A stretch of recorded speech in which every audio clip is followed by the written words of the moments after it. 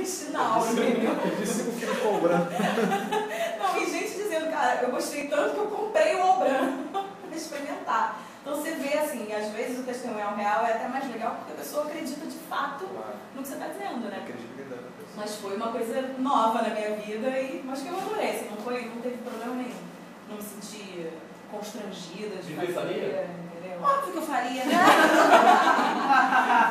Claro que vai comer Albran toda hora, todo dia. Todo dia. Gente, testemunhal envolve dinheiro. Lógico. Você acha que ela ia comer Albran assim? Não, ela acha que ela estava no meu intestino assim? Não, acho que não. Imagina. E quando é real, é mais dinheiro ainda. Não, mas no real aconteceu isso. Eles me passaram um orçamento e quando eu soube que era real, que eu ia ter que dizer que eu experimentei o produto, você lembra disso? A gente negociou um pouco mais. Mas é óbvio, imagina você vai passar mal no Albran. Pô, se real é bom, mas nem euro, hein? Pois é, eu vi a gente do grupo, hein? Aliás, nem apresentei, né? Você nem se apresentou pra mim. Pois é, meu nome é Eros Rist. Ele entrou aqui. Eu sou da faixa, como ele foi, estou no seu período. Ele não é aluno. Na verdade, eu faço parte da equipe da escola de rádio. Ah, tá, desculpa. Tô brincando, seja bem-vindo. Faço parte da equipe da escola de rádio. Seja bem-vindo, seja bem-vindo. Valeu. Nossa, vai ser um bicho, né, agora? Olha só o que tem as meninas. ROS. Olha só, ele é assim. Esse lado do Roberto, vocês conhecem o lado dele? Ele é assim. Eu já fui assessor de imprensa da escola, hoje eu trabalho na rádio, na Rádio Revista. Ah, naquela revista. Isso, agora vai ter a Rádio Web. Você está chegando naquela revista? Não, vai inaugurar uma coluna agora dizendo a agenda das emissoras. E vai ter o programa Giro no Dial, às 6, a partir das 5 até as 5h30, falando sobre a programação no final de semana. Por favor, mandem pra gente, que a gente precisa ter conteúdo aí da Rádio Web. A Isabela sai sempre do Globo, hoje ela saiu. Eu sou mulher do prefeito, né? Isabela Paz. Está lá na coluna do Anselmo West. Isso é uma coisa muito comum também, que as pessoas trocam o meu sobrenome. Normalmente eu sou Salles ou sou Paz. Porque Paz é o sobrenome que está mais na mídia, né? Por causa da Juliana e do prefeito. E Salles, porque é muito mais comum do que Sais. Então as pessoas acham que eu sou Salles. Isabela, fala um pouquinho do Blush, professor. Como é que é esse mundo? Como é que foi dividido os temas? Como é que foi pensado assim? Como já foi o dia que você trabalhou com a Luísa e acabou? O que foi feito para compensar isso? O Blush começou, o formato original dele era com duas apresentadoras, eu e a Luísa Sarmento, e ele era, na verdade, uma seleção, era feita uma seleção de notícias daquele planeta bizarro do Globo, que tem aquelas notícias muito loucas, né, que acontecem, coisas que acontecem no mundo. Então era feita uma seleção de 5 notinhas mais ou menos, e a gente lia essas notinhas e nós comentávamos no ar essas notas. Ou seja, ele não tinha assim, um compromisso com muito conteúdo, de fato, não tinha entrevistado, por exemplo, uma novidade no Blush, não tinha ninguém, não ia ninguém no estúdio. E aí o programa fez o maior sucesso, as pessoas adoravam, a gente começou a ter muito retorno, não só retorno de audiência, mas como retorno também de pessoas falando com a gente via e-mail, tudo, às vezes ligam até para a rádio para falar. Isso durou 2 anos. 2 anos depois a Luísa saiu e já havia, na verdade, uma vontade da gente colocar um pouquinho mais de conteúdo no programa, de trazer gente de fora para entrevistar, de divulgar eventos legais, enfim, fazer do Blush um programa de variedades. E foi isso que foi feito, até porque o legal do Blush é o bate-papo. Então, para não perder o bate-papo, a gente fez um esquema em que eu tivesse sempre companhia no estúdio, que é o que acontece hoje. Hoje, segunda-feira, a gente tem o Léo Jaime e o Fernando Caruso, são os homens de segunda, que é um dia totalmente dedicado ao humor. Terça-feira, ele é um dia aberto para convidados em geral, então a gente traz de tudo. Essa semana, por exemplo, a gente teve o Andrucha, o Waddington, o cineasta, e a gente teve as meninas do Guia do Toco, que é um livro divertido de como dar toco, de como dar e levar toco e tal. Já tivemos esse ano, já veio uma fonoaudióloga para falar de quem abusou da voz no final do ano. Então é bem diversificado, a gente recebe médicos, especialistas em algumas áreas da saúde, artistas, cantores, vem de tudo, desde que a pauta seja interessante. Até um especialista em barata, uma bióloga especialista em barata a gente já recebeu, e foi um barato, com perdão do trocadilho. Enfim, aí terça-feira é isso. Quarta-feira a gente tem um revezamento de 3 convidados, que são a Suzana Herculano Zell, que é uma neurocientista, o Valdemar Falcão, que fala sobre espiritualidade, ele é astrólogo, escritor e fala sobre espiritualidade, e a Rita Erickson, que é veterinária e fala sobre comportamento animal. Quinta-feira é o dia de Por Dentro e Por Fora, onde a gente tem uma dermatologista e uma nutricionista, Carolina Ribeiro e Juliana Neiva. E sexta-feira é o dia do sexo, que o quadro chama de Sexo com Blush, que é onde a gente tem a Rita Jardim falando, que é sexóloga e psiquiatra, falando sobre sexo, relacionamento, tudo.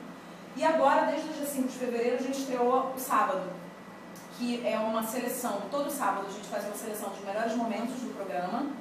E tem um quadro novo que chama Acontece, com a Fernanda Cortez, que é colunista de cultura. Então ela fala sobre cinema, teatro, sobre tudo que está acontecendo no Rio, de programação bacana, diferente para fazer.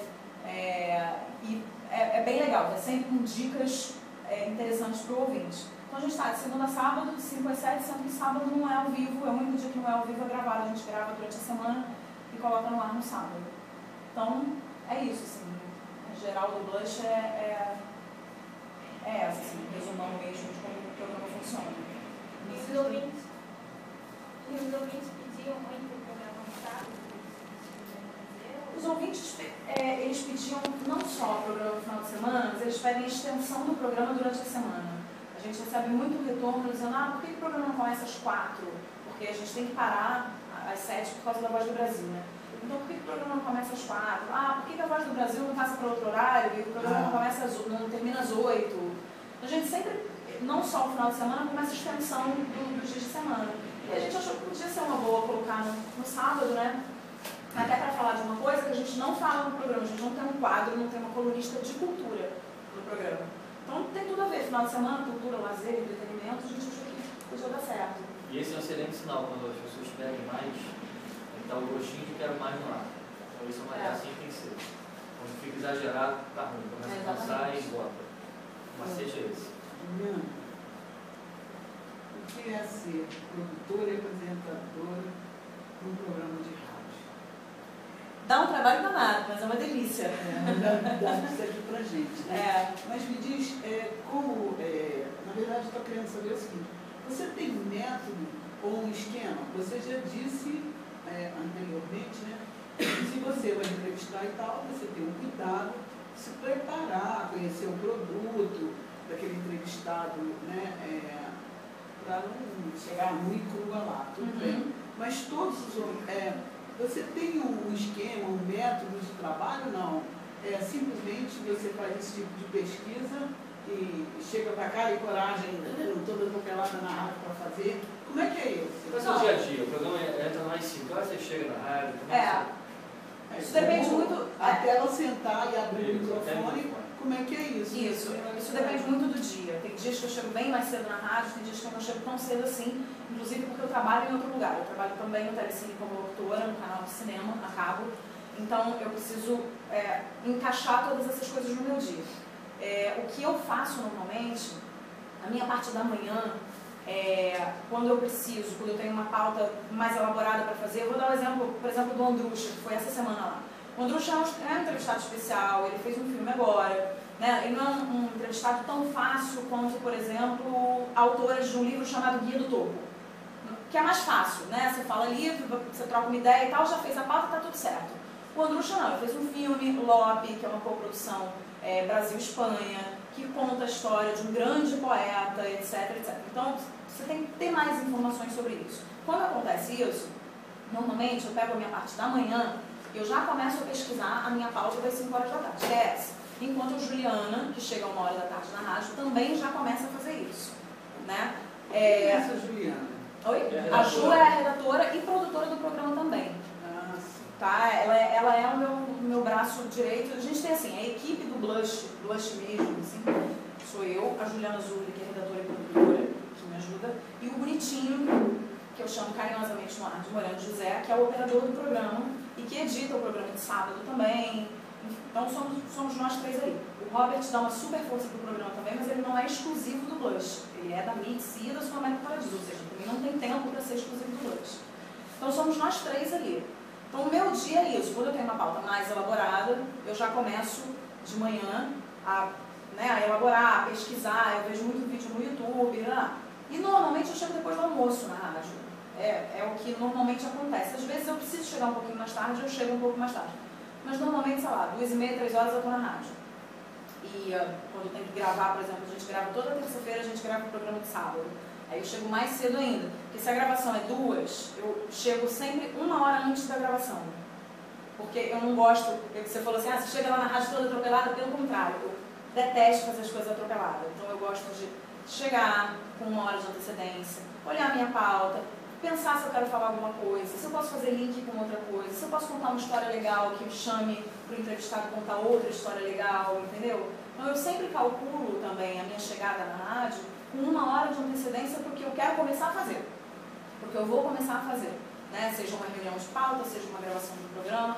Chegar em cima da hora jamais, assim, eu nunca cheguei nem na fase inicial do programa, que a gente realmente não tinha muito por que chegar com tanta antecedência, porque não tinha muito o que resolver, o que estudar, era uma coisa mais leve mesmo, mais leve eu não diria porque o programa é leve, mas é uma coisa que não dava tanto trabalho, né?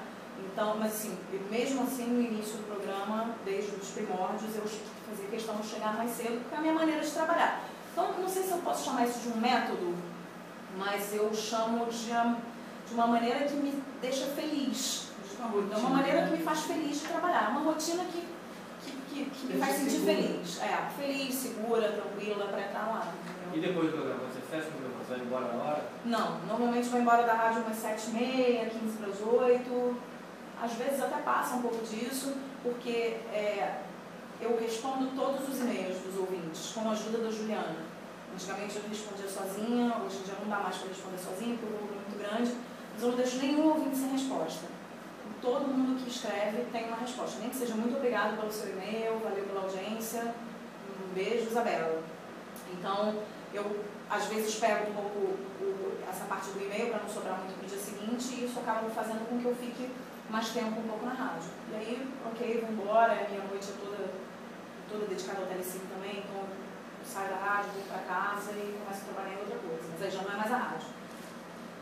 E você, Vivi, se prepara antes de entrar lá? Não, gente, não me preparo nada. Eu chego 10 minutos antes de entrar no ar. Mas é porque não tem por que eu chegar antes. Agora, durante 2 dias da semana, que segunda e terça, eu tenho que chegar na rádio às 5 horas da tarde para gravar os comerciais. Né? Então eu chego 5 horas, fico até às 7. Às vezes eu fico de 5 até as 2 horas da manhã direto. Às vezes não, às vezes eu saio para fazer alguma coisa e volto às 10, né? Que eu tenho que eu entro no ar às 10 horas da noite, então eu chego 20 para as 10, assim, 10 para as 10. Porque eu moro muito perto da rádio. E não faz nada, mesmo tirando 20 para as 10, você não faz nada, você só espera o programa. Espero o programa começar, não tem o que fazer, entendeu? No prédio do Jornal Dia, que não é mais do Jornal Dia, porque o Jornal Dia se mudou para o prédio da Sul América, né? E a gente vai para Barra. Não está mais na Riachuelo. Então, eu vou explicar, né? A rádio vai mudar. Teve uma separação, vamos começar do zero. Assim. Era o grupo Dia de comunicação que envolvia jornal, né? O Dia, meia hora, e agora é Marca Campeão, né? Que era um outro jornal lá. E teve a separação. A Gigi, que é a presidente da rádio, era presidente do grupo, vendeu para Egesa, que é uma marca portuguesa, que é responsável pelo valor econômico, por esse marca que é português, enfim. E a gente ficou só com a rádio. E com essa mudança, com essa separação, a rádio vai para Barra, a partir de... A gente não tem uma data certa, mas acho que mês que vem a gente já vai se mudar para Barra. E o jornal foi para aquele Sul América, Centro de Convenções, que tem 2 prédios comerciais, aí o jornal já foi para lá. Quer dizer, tá indo aos poucos, né? Mas já tem bastante gente lá. E aí eu vou pra Barra agora. Aí eu vou ter que chegar muito cedo, sair de casa muito cedo. Pois é o seguinte, né? Com 2 prêmios, sendo bicampeão, você exige, né? Que na verdade... Exige um motorista. Não, eu tenho motorista, mas eu tenho motorista pra me levar pra casa. Poxa, não é? Pra me Só levar pra falando casa. em prêmio, radialistas, eu queria ressaltar que a Isabela, que trabalha numa rádio que não é popular, ela não fez campanha agora, é outro nível, como a gente já falou. O Roberto, ele gosta de me botar pra baixo, né? Vocês estão vendo, isso é sempre assim, há 10 anos que ele faz isso comigo. A Bela foi em 2º lugar e chegou a assumir a ponta em algum momento, assim, essa votação. Cuidado comigo, né? Esse ano não quero mais, não vale mais. Eu vou deixar a Bela. Teve uma pergunta. Essa separação FM o Dia e o Jornal Impresso, o Mauro Leão e entre outros que entram no ar, que fazem parte do jornal, justamente a notícia que vai pro ar, ainda vai manter essa ligação ou não? A gente tem um vínculo com o jornal, né? Principalmente com Meia Hora. Por exemplo, o Mauro Leão, na verdade, ele era colunista do Meia Hora, e por participar ao vivo, ele se tornou eu não sei se ele é locutor, eu não sei se ele estava como locutor, mas ele faz a participação dele ao vivo. E a gente tem a coluna do jornal, da rádio no jornal. A princípio, eu não tenho essa informação precisa para te dar, mas eu acho que isso não vai mudar em nada.